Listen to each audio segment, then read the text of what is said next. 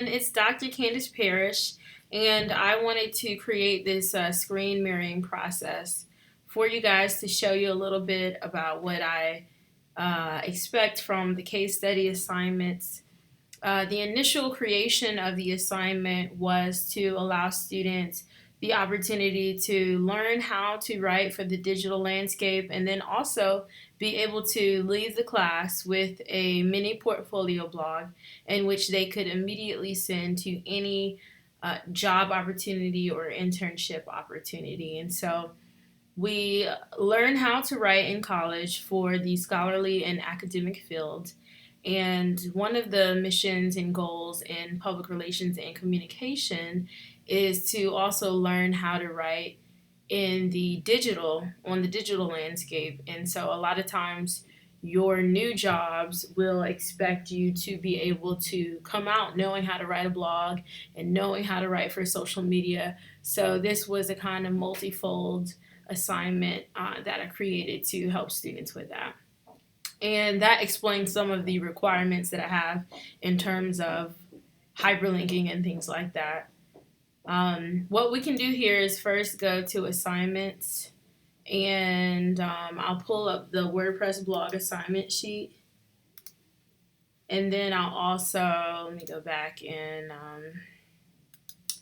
pull up the case study assignment sheet. All right, so with this assignment, you can pick any topic related to PR, any circumstance, any crisis, any event, any good campaign, anything like that, just as long as it's tied to public relations. It's going to be a 600-word synopsis. You will have 3 relevant photos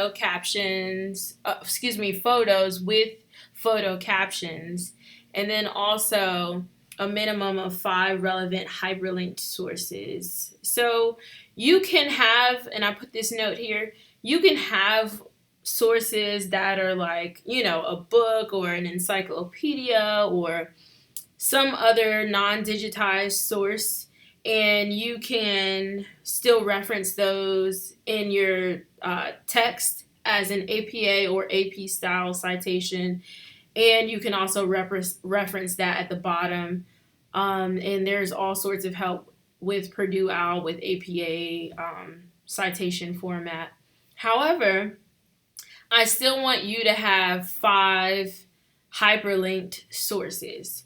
So if you have any sources that can't be hyperlinked, those will be classified as extra sources.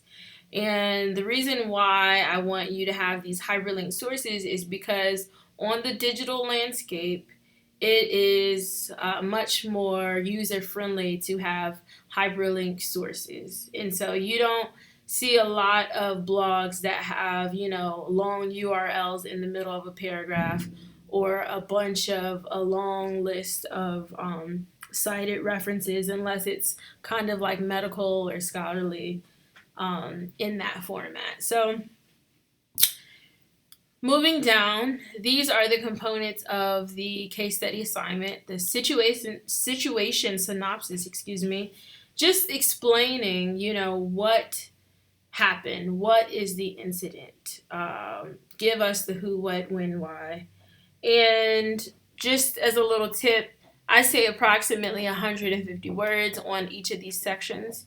However, you can have as many words as you want in each section, just as long as you clearly illustrate what each section is about. And then also the titles, you can or you don't have to include that. Some of my students have included the title sections, some of them haven't, and I'll show you an example of all.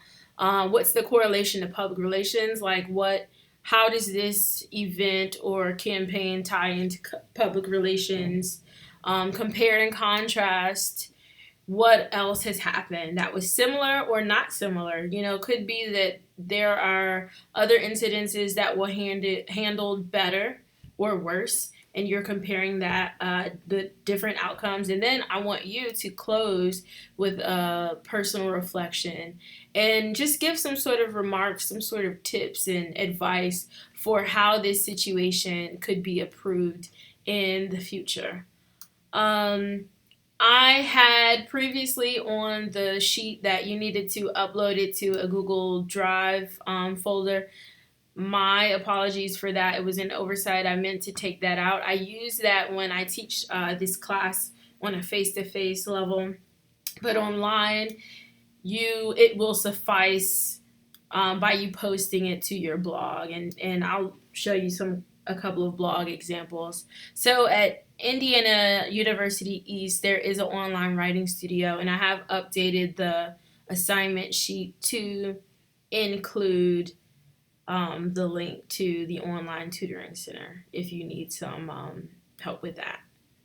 And I have sent a couple of people through email some links about WordPress blogging if you have any questions.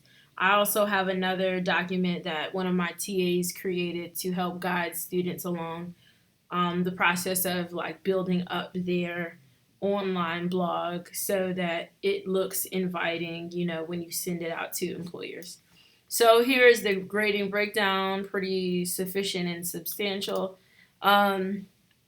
I will take off points for the lack of photos, photo credits, and hyperlink sources. So if you have URLs, that results in points lost because that's just not how we write a refined body of work for a blog, for a professional blog that could be used on an organizational level. Okay. So let us go to the WordPress examples. Let's do last night's card, which I have up here already. And by the way, this assignment sheet is for the grading at the end of the semester.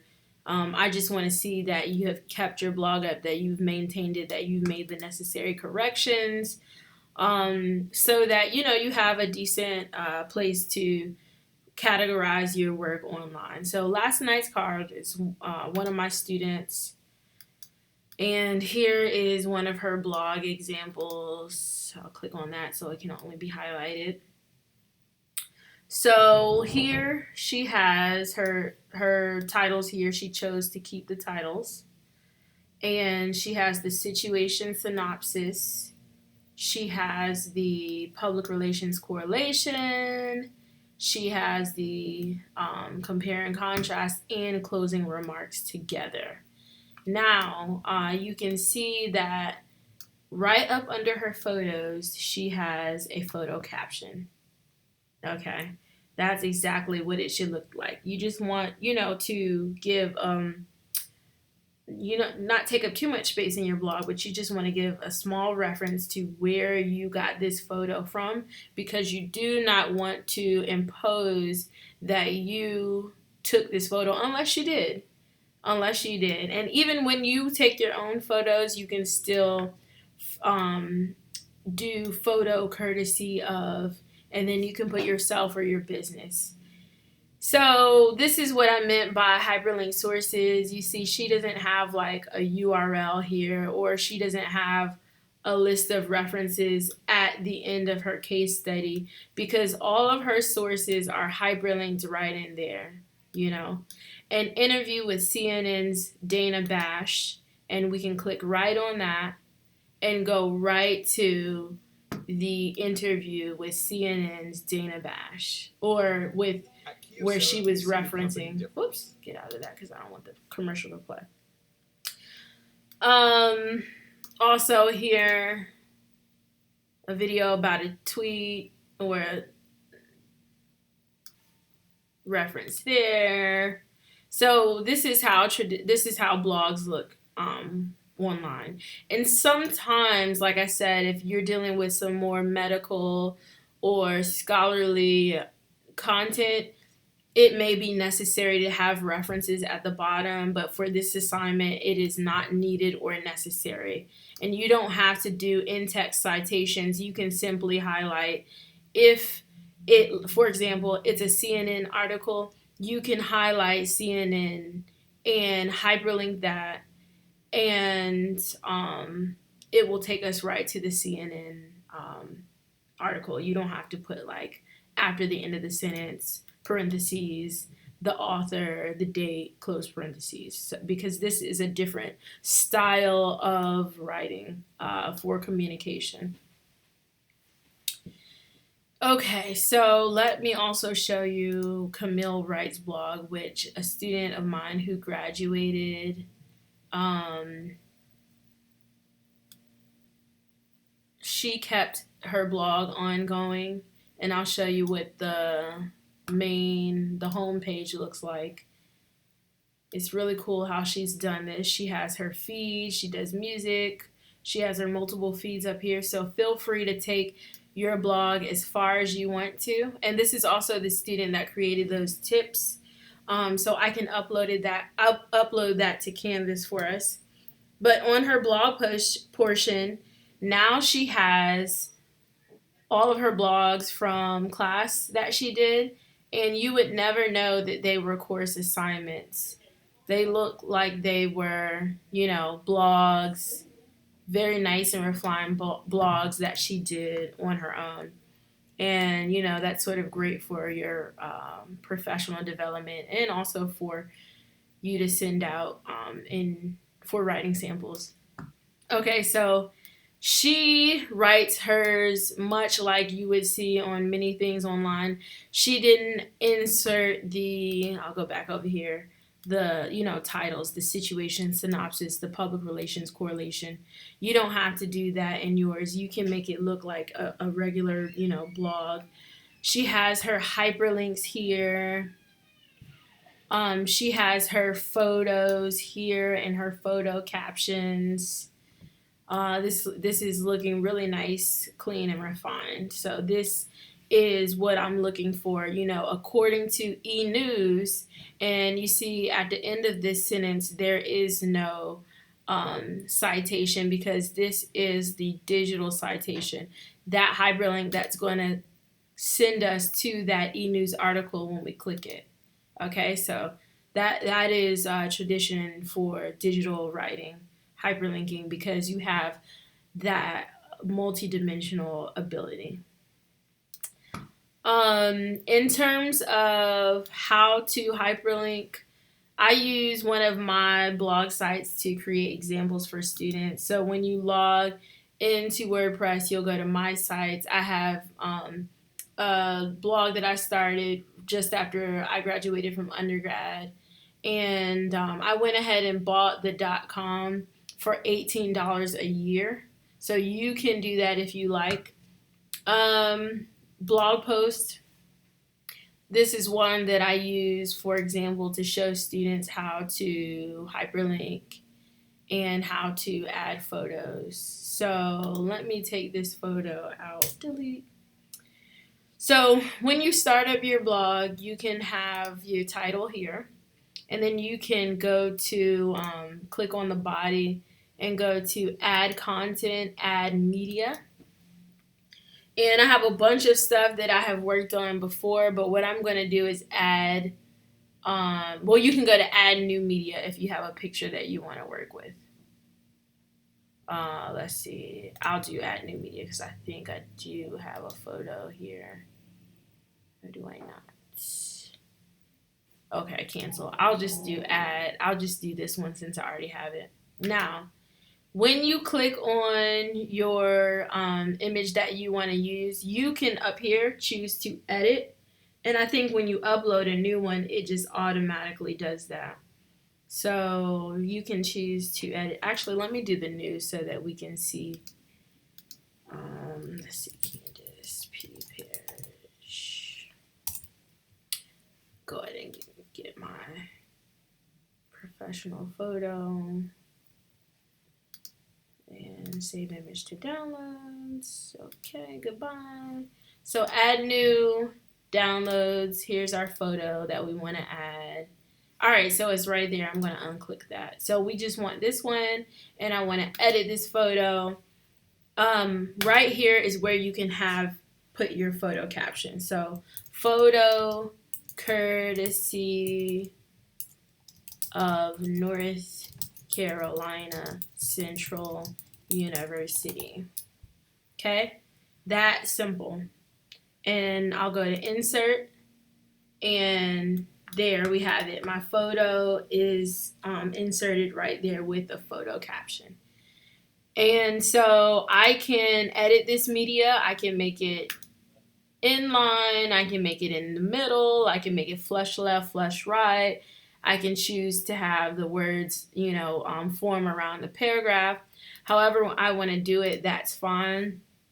Also, let's say that you do actually have a link that you can tie into this photo credit. You can do that. You can do that also. So let me go back. Oops, funny that I closed that out. Candace. I'm going to add this link here for courtesy of copy. So for photo courtesy of North Carolina. So when you go here to this link, insert, edit, link, this is how you hyperlink. So you paste the URL right there, and this is the link text.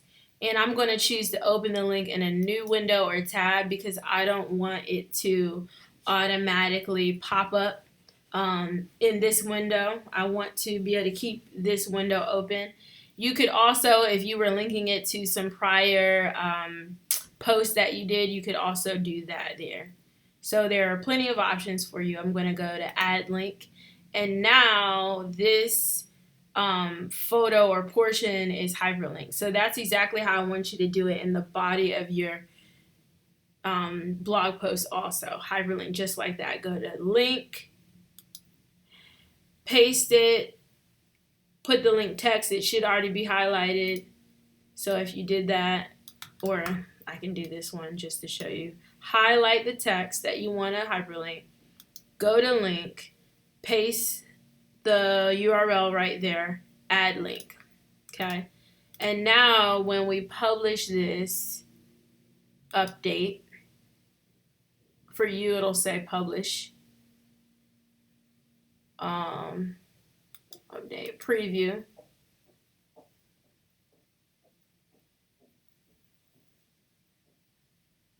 Okay, now we have photo courtesy of North Carolina Central University, and I'll just go to visit the site. We can now click on that, and it will take us right to the page where we got the photo from. Okay, so it's that simple. It's that simple.